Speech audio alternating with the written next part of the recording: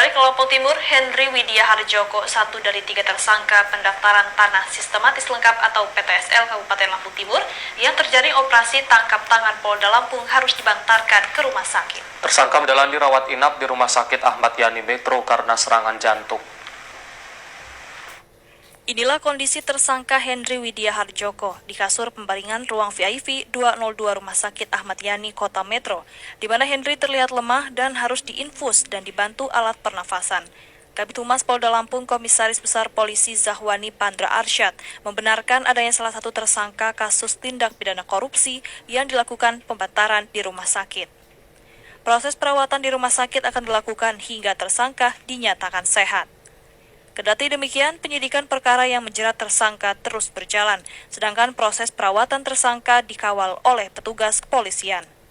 Jadi ini kasus ya tentang tindak pidana ya, artinya yang dilakukan terhadap tersangka yang saat ini masih berobat ya, artinya itu dilakukan pembantaran, tetapi berkas perkara, maksud kami adalah proses penyidikan tetap berjalan, itu saja. Tapi kalau pas pembantaran dijaga polisi juga nggak, Pak? Gimana?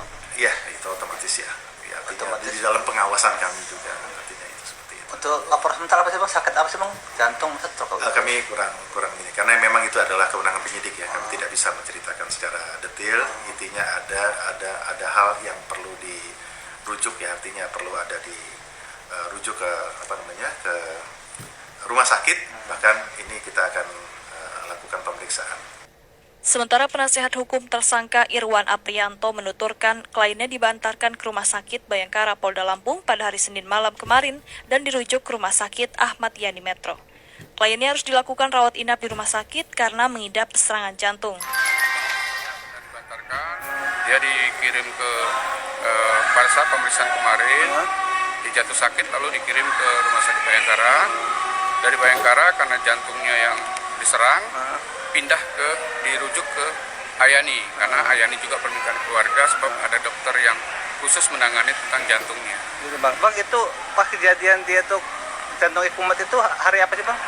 Senin, Bang ya. Senin. Itu waktu dalam apa tuh, Bang?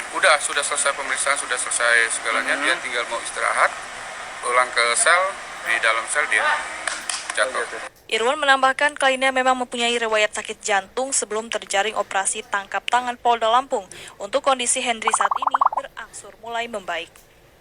Leo Dampiari melaporkan.